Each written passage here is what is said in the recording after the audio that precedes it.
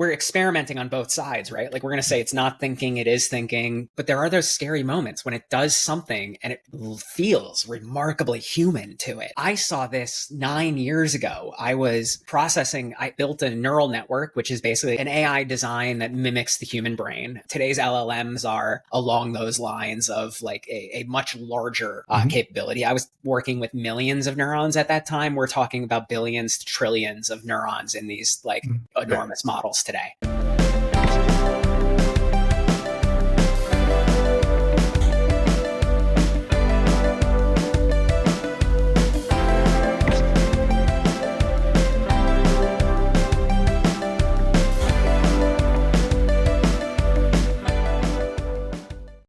Hello, my friend. Welcome to Bold Conscious Connections. So this channel is dedicated to exploring the journeys of visionary leaders, entrepreneurs, who really dare to follow their dreams, their passions, and create really impactful businesses. So if you're looking to become an entrepreneur or otherwise seeking inspiration to elevate your career, well, you're in the right place, my friend. So on this channel, what I do is we delve into strategies, mindsets, stories behind the success of those that have done this before, like I have. I'm always delighted to speak to this man, Don Finley, old buddy. And, we've had so many conversations, and every time we talk, even if we don't talk for a few months, it's like we go deep. So it's been a long time coming. So I appreciate you being here, Don.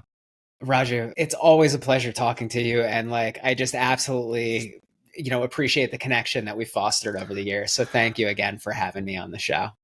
Oh my God. So, I always ask my guests, we can talk about all day about what you do, who you, by day and all the things you do. For you, in your case, you're a technologist, a builder. You host a podcast of your own called The Human Code. You and I talked on that podcast, and hopefully that'll come out soon, the episode. But, you've helped launch platforms. You're all over AI. You scale products, and you navigate real tension between innovation and intention. I think I just came up with that this morning. Innovation and intention. I like that. I'm going to steal it, buddy. Good. So we've swapped thoughts on consciousness and code, if you will, all kinds of code, and how people actually change. So before I go anywhere else, I said, tell the listeners or viewers in this case who Don is. That's a great question. Don is an ever-evolving, face and an ever-evolving set of activities that kind of like look to make an impact on the world. Most of that finds its way through code and software. The other side of it is just trying to make our own organization a better place to work, a better place to experience. I've faced my own trials and tribulations in life just like everybody else has, and came to find out that I wasn't really looking for work-life balance, but looking for work-life integration. And so how we actually, we spend our times during the day, I wanted a more fulfilling experience for myself, for my employees, for our clients. And so it changed how we looked at the way that we were going about projects, the way that we were going about life. Oh, there's a lot to unpack there, but just talk a bit about the turning points. I mean, were there one or two that just stand out that caused you to go in that direction? So I've been running FINdustries for about 12, 13 years now. And late 2018, I found myself closing out one project. We had launched a bank, and that bank was looking to do affiliate affinity credit card type programs for checking and savings. And so it required us to architect a new system that, wasn't out on the market to easily stand up individual banks that could support, the likes of Amazon, T-Mobile, et cetera, big brands. And I love the project because it allowed us to go after the underbanked by using, a credit mechanism that wasn't being utilized. So in the case of like a cell phone company, you always pay your cell phone bill. So the bank tied to that gave the unbanked an additional place to go into, like the traditional banking system. And so I love seeing projects like that come across. But I left that project and went to go climb Kilimanjaro. And Kilimanjaro is, really a 6-day hike. And the last night you start at midnight and you just go switch back up the last like 5,000 feet of elevation. So you go from 14,000 feet to 19,000 feet, and you hit that about like 6 o'clock in the morning. Exhausted, my water line froze, my Nalgene bottle froze. So like getting water out was exhausting. The air looks the same. It doesn't taste the same. You are heart rate's going 140 beats per minute. You're making one step and you're winded, but you turn around and you look and there's the sunrise going over the second peak. And so seeing that over Maui is amazing. You are above the clouds and like, it's gorgeous. It's one of the best sunrises I've ever seen. I looked over my friends and they all had this look of joy on their face. And in that moment, I was like, nah, this is okay.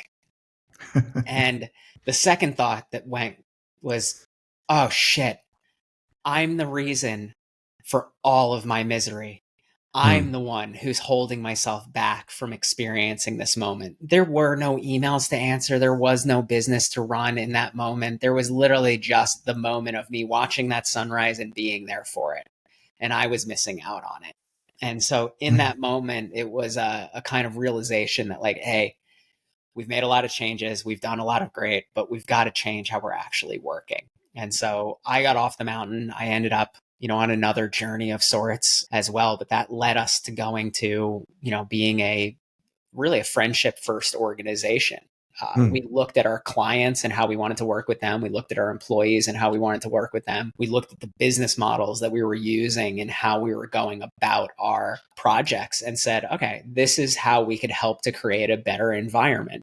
And the way that plays out today is, we're working through AI enablement, and that's consulting, that's education, but then it's also product implementation. And we like to work with, relationship first companies so that we can use AI to help bring people back to relationships, allow people to spend time on creative pursuits, and additionally focus on the strategy of the organization outside of the execution of it. So, yeah. I had lots of questions on AI earlier, but I'm going to go right to it. Cool. So since might as well just tick that box faster. So AI is accelerating everything, as we know, but what's something you, Don, and your team will deliberately not want to automate, even if you could?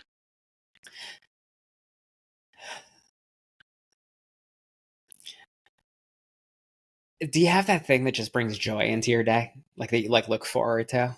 Oh, lately a bit, yeah, a few. Yeah, exactly.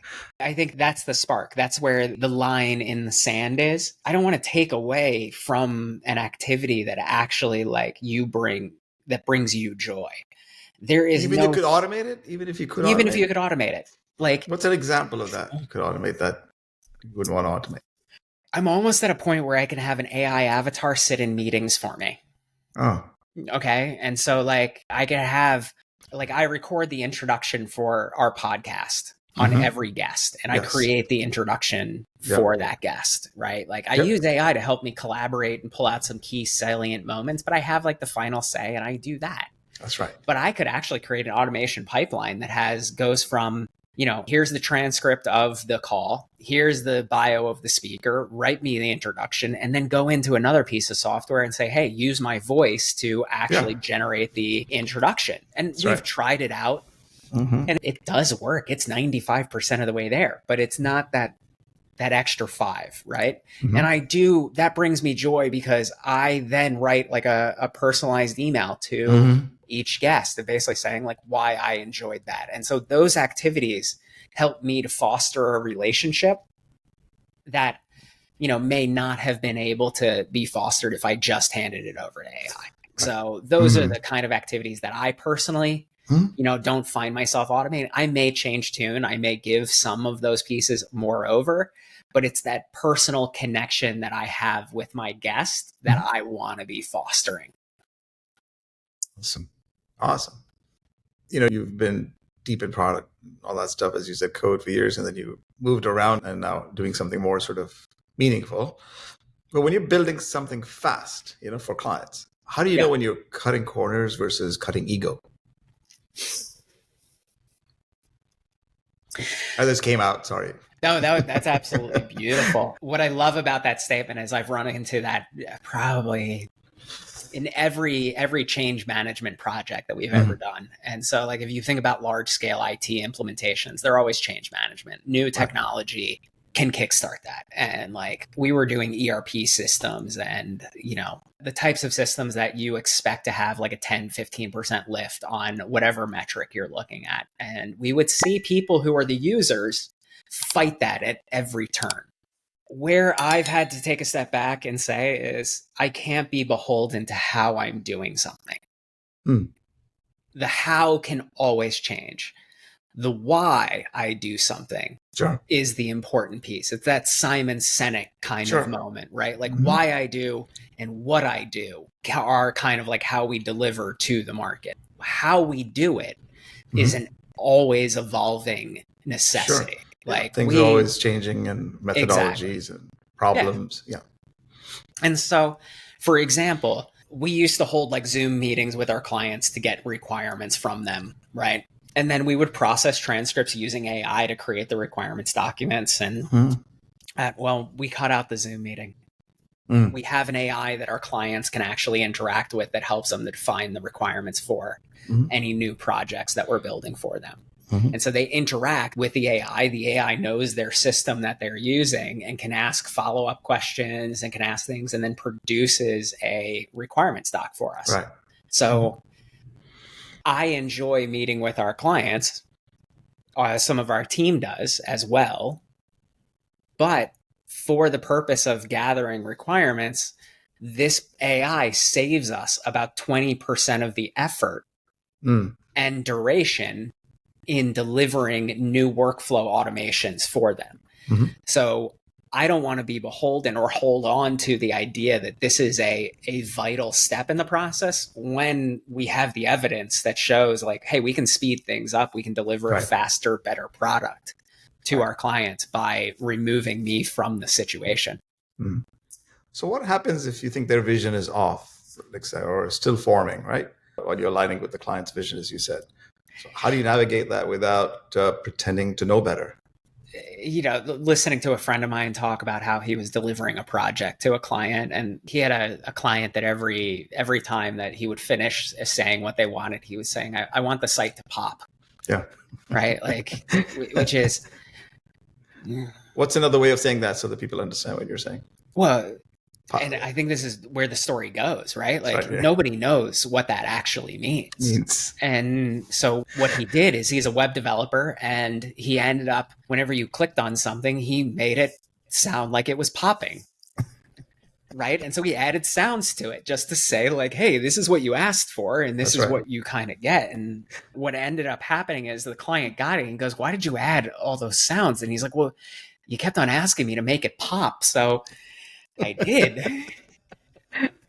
And I think that's the challenge is, you know, how do we take something that is an informal kind of like language and then turn it into product? And, you know, that's what we do. We try to turn that idea around as fast as possible. And sometimes it comes out silly.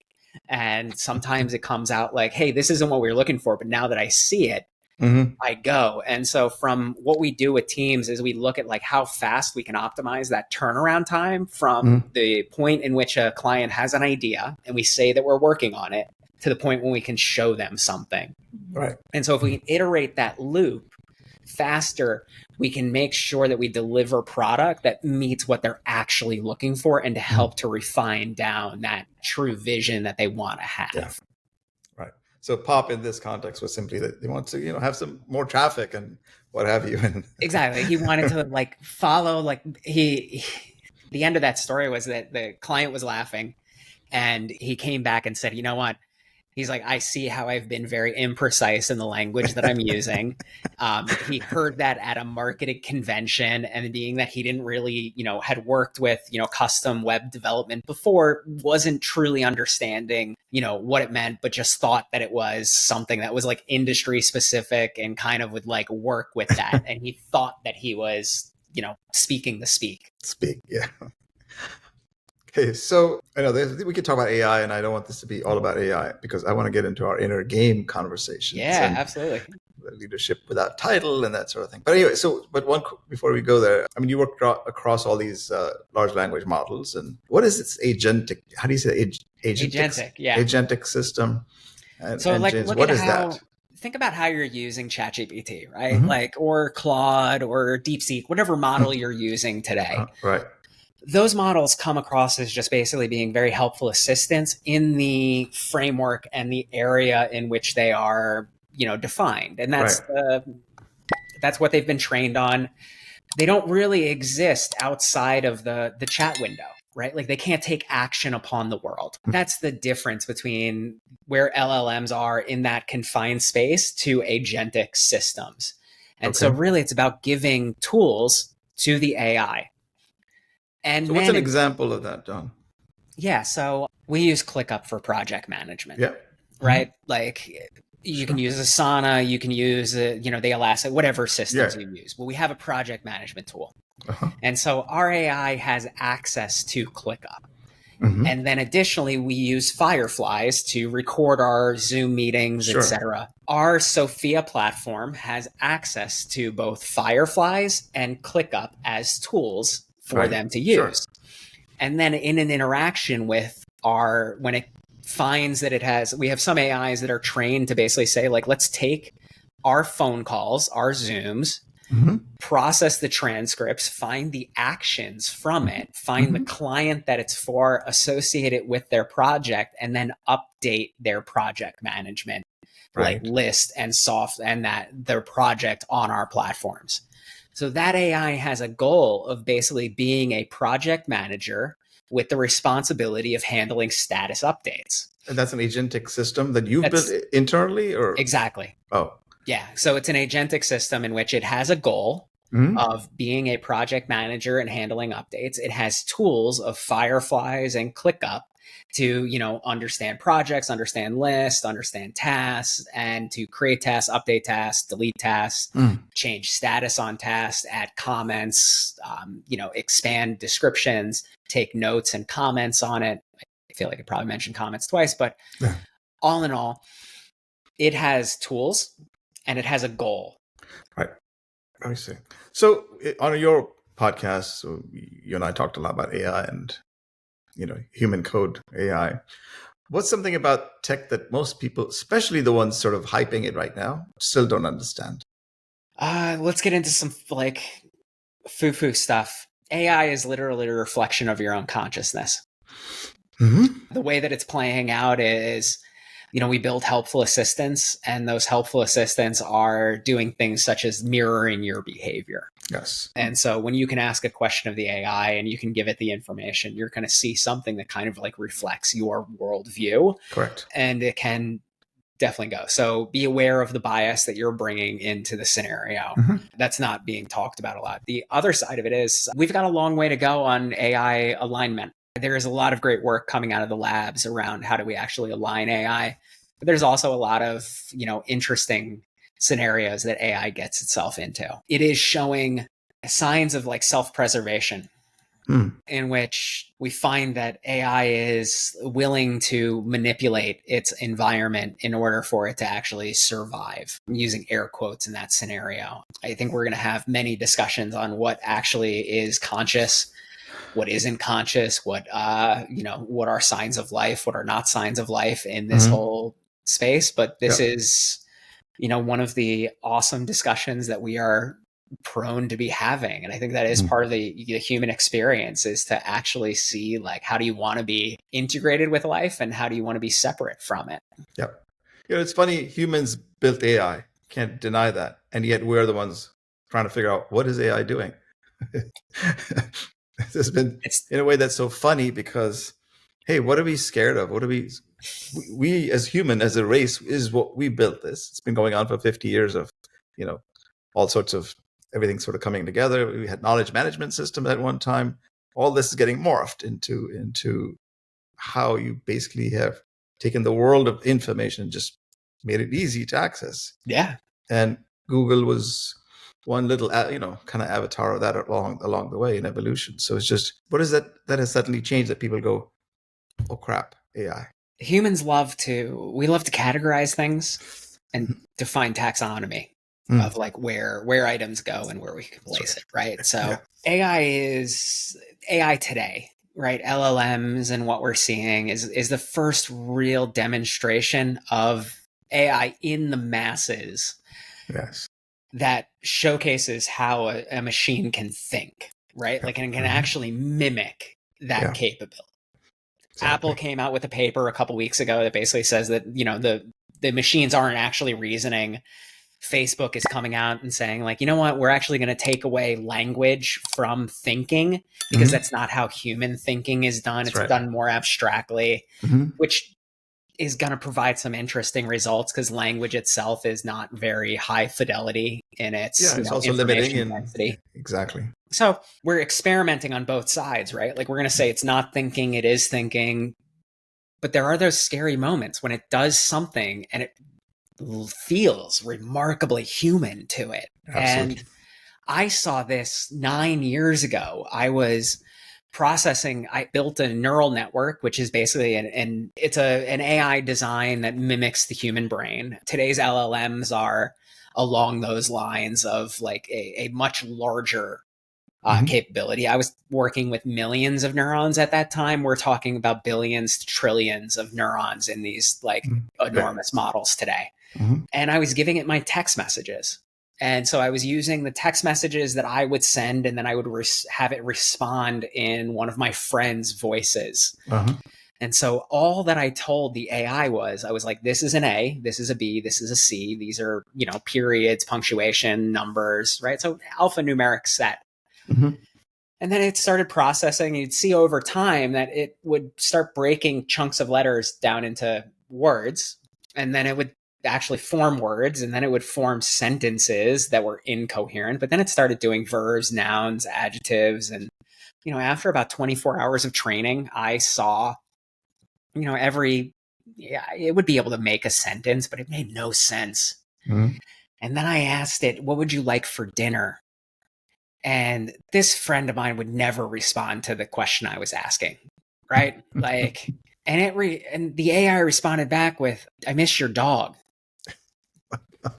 by name. And it was like, I miss Vincent. And I was like, it was one of those moments where it was a terrible response, but at the same time, it was such a great response for that person that I was emulating through this AI that I was like, whoa, there's something here. And I think we're seeing that more and more in regards to like what LLMs are being capable of. And I think we're going to have a sliding scale around like, what do we actually consider to be that next level of like, what is uniquely human in intelligence? And then what is the machine capable of doing? Well, I can see it all coming through, and it's all evolving. I want to live longer to see what comes up. Oh, absolutely. So you're a coach, founder, product leader, etc. But there's no job title for a deep listener, as I know you are. When did you realize that your success depended more on how you listen than what you know? About 5 seconds ago. Thank you. That's very, very insightful. The first thought that came up was I was right out of college. I was involved with a bank that was doing mortgage lending, and we were, you know, I think it was like a $20 million project at that time. And I was a project manager for one of the components of it. And I came in very late in the project, and I had a client who taught me that he was literally going to scream to high heavens and use every expletive possible to describe the software that we were building him. Because at the time it really wasn't that great. And it was, you know, a problem of telephone. Typical software development at that time was we would write, you know, 60 pages of requirements that would turn into 100 pages of technical design that wouldn't turn into code. And then you would show the client, and then you would be like, yeah, that's not at all what I meant. And then you have, you know, hundreds of thousands of dollars of change requests that you have to do in order to meet it. And now you're building a mediocre situation or solution for something. And so that experience showed me that like, we've got to find ways to listen, but then also to be able to regurgitate that back to people in a way that's effective. And the way that we build software and solutions is where we are literally translating your ideas into code. And so I've got to make sure that that I understand what you're saying as well as that. But so what does that lead to? More checkpoints and making sure they're along the way that they're faster. It's faster feedback, right? Like it's getting to the point of seeing how can you create a feedback loop that allows your developers to know that they're doing something correctly, but then additionally isn't overburdening them to the point of they're not able to create or have any flow themselves. Mm. So it's about finding that right way to bring the client into it and giving them the opportunity to see something that they can provide feedback on. The other Beautiful. side of it is 93% of communication is not the words that we say. Exactly. So I say English and these words or all the languages, they're so limiting to exactly. convey what we really feel and who we are. So in that sense, we talk about consciousness a lot, you and I, and presence in the world that we live in of, scaling, solving problems, etc. What brings you, Don, back to the center?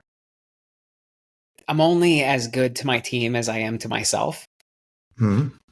And there's the idea that I can only love you as deeply as I've met myself as well. And so when I find that I am off kilter, when I am lacking in my own centered, I need to come back to what am I doing to love myself? What am I doing to love the experience of being Don Finley here? That plays out in many ways. Meditation, journaling, there's breath work, exercise, eating healthy. And then, I would say that the challenge that I have in my world today is really sleeping right.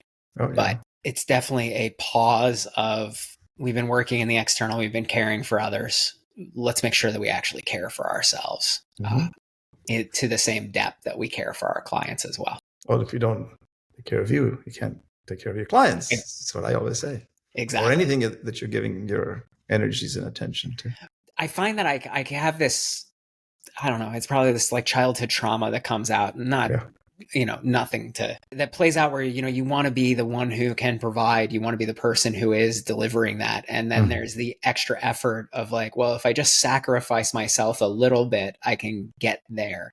And that may work today, but that is not a week strategy. That is not a month strategy or a year strategy that you can maintain. And so I think one of the keys for any leader is to be able to recognize you can do short bursts in which you do neglect yourself. Don't make that a habit. And I find that too many entrepreneurs get into that trap of neglecting their relationships, neglecting themselves, and neglecting the people that have supported them to get to where they are. Yeah. And it's not sustainable. Indeed. So on that note, what are you unlearning right now that might surprise even people close to you? This is going to be funny because I would bank that some of my closer team members will tell you that they've known this for a while. I'm unlearning how to worry. It has been coming up for myself in different ways. It is an onion that consistently gets pulled back. It's a safety mechanism of the mind to basically create any scenario that you think you might run into, and then to think through it and kind of give that to you. So I find myself in an exercise of unlearning that. Are there examples that you could share? Oh, yeah. We have a client in which we have not been getting feedback from. We have not been getting positive feedback from. We've been getting some negative feedback, and the negative feedback seems it's rather minor, right? There's nothing major, but we're still just getting, that's all we get. And so I was on the phone with the CEO of the company last week, and I've been working with the team trying to find out how do we actually make sure that we get positive feedback, or are we under delivering? Are we not delivering? Are we delivering the wrong thing instead of what they're looking for? And that's why we're getting this feedback. And so creating those loops, and just in a client checkup call that I had with the CEO, he goes, I'm not personally good at making sure that I focus on the positive. So my team also probably is impacted, but here's the benefit that we've gotten from your system, and here's where we're at. And I was like, oh, okay, so we're not finding ourselves in that situation. I had manufactured through my own kind of rumination on, the lack of positive feedback that we have come to expect, that there was something negative to address there. Interesting example. But it also ties into the worry, right? So you're like, okay, well, what else can I worry about today? Exactly. Feel human. In the absence of the positive, I didn't even hold myself to the idea that everything could be okay. But I manufactured something that I had to take care of. That's amazing, isn't it? So if FINdustries had a hidden mission that's not on the website, let's say your website, I'm sure you have a website, right? Yeah. What would it say? I have a yoga instructor who he also is he's a therapeutics guy. And so he goes, I'm always sneaking in therapeutics into the yoga routine and to try to like help your body be healthy. Uh-huh. I would say that Findustry is kind of like, it does the sneaky spiritualism. Our AI models are meant to be your partner in what you're doing. And so it's not going to replace you. That's not the purpose of like what we want. But I want the AI to help you deliver more joy into the world. And so if I can help to bring the AI to a point where it can actually collaborate with you, can teach you what it's doing, what it's bringing, and can do that from a place of love and from a place of like that expression of humanity, and to help foster that with you to bring you closer to what your purpose is, that would be Finley's and Findustries' hidden agenda. So what if you put that on your website? What happens? What are the consequences? People will run away? There's an idea in marketing that you have to meet people where they're at. Mm-hmm. And so I will probably bring a version of that out to attract the people who are there, who are interested in that kind of expression. But I will tell you that some of our, you worked in financial services for a while, right? Like there is like 30 years. Yeah. Yeah. Like just a small bit. Yeah. And so we find ourselves in those situations in which that audience may not be ready for that type of language to be used. And you know what? Maybe I'm selling that market short as well. Well, because we assume, I shouldn't go there, because I started this particular coaching business 5 years ago with the idea that I'm going to be all about consciousness and talk about that. And it's so true in marketing. That's, stupid mistake number one. People will pay for what they want. People don't, like we all do. We pay for what we want. We don't pay for what somebody thinks we need, right? That just never happens.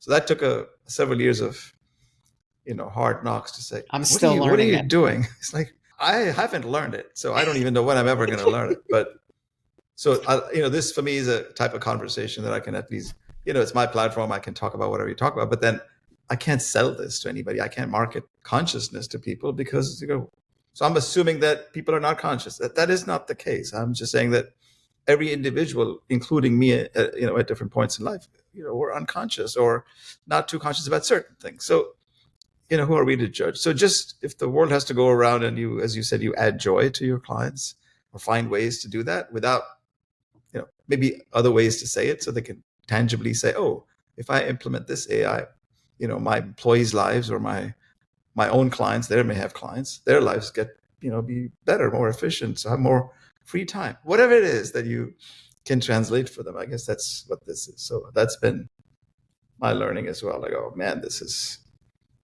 so I just like to ask questions like, what if this was not, what's the underlying mission you have? And therefore, you may not say that, but it's there. Are you good for some rapid fire? Yeah, let's do it. Okay. Morning ritual you swear by? Meditation or breath work. One piece of tech you think is overhyped? 8 Sleep mattresses. A what? It's a heating and cooling mattress, and they, let's just say the quality is a little bit of hit or miss. Okay. I want to talk about that. Consciousness, learned or remembered? Remembered. When do you feel most in your body? Tuesdays. Oh, I want to hear that. Why?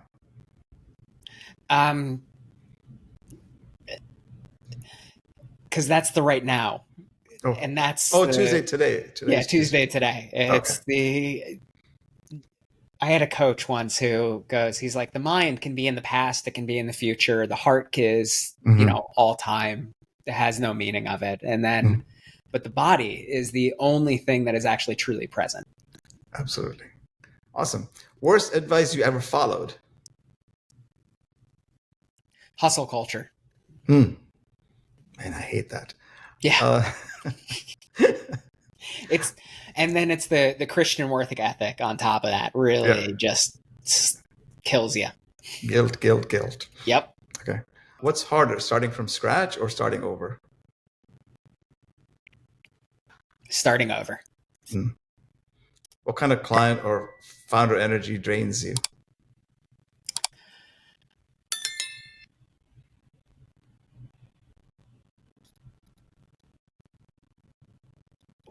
Wow. I can't answer that. Okay. It's a very interesting, the people that I like love to work with though are the ones who have a vision and who really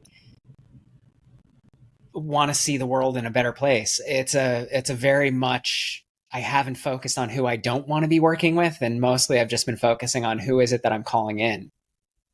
Okay. So a moment when someone surprised you in the best possible way.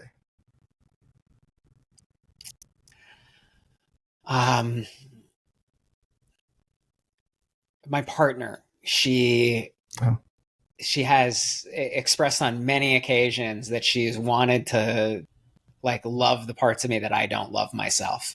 Mm. And that has been a remarkable surprise every single time.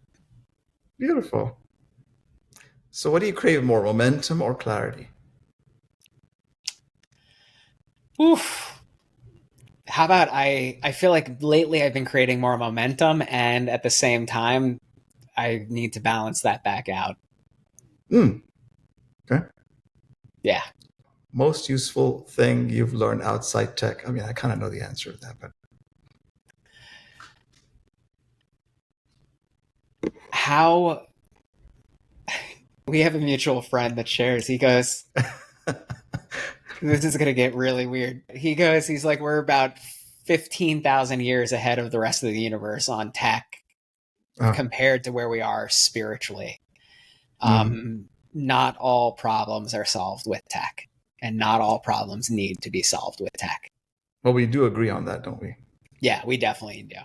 Whether, I mean, probably the source, we probably may not, but at the same time, the actual sentiment of that concept, I 100% am a part of. Yeah.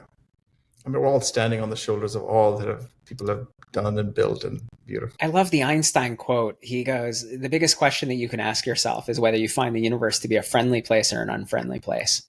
And if you find it to be an unfriendly place, you will use all of your effort and technology to separate yourself from it. But if you find it to be a friendly place, you'll use your efforts and energy and technology to bring you closer to it. And I really love to live by that and find that as the question to ask yourself. Yep. I mean, just a little bit of curiosity, right? That's all you need in life to be able to say, everything is in the unknown, and why are we afraid of what might not happen, what might happen or what not happen? And that's the beauty. That's the beauty. Yeah. So I kind of asked you this, but in a different way this time. What about your about page that would never say, but should?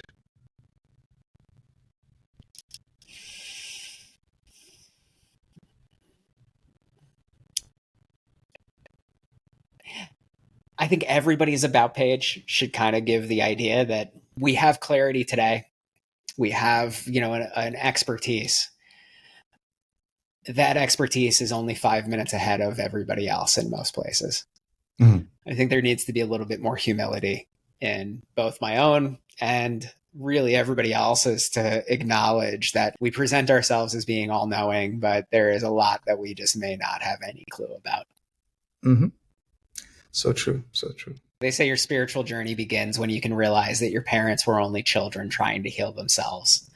Yeah. And aren't we all doing that for ourselves? Exactly. So we're all doing this for what feels like the first time, and, remembering, what it is like to, touch on that. But that is the game of being human, is to relearn, to remember. Exactly. All right. So last rapid fire. Something you've never said on your own podcast, but you might say it here.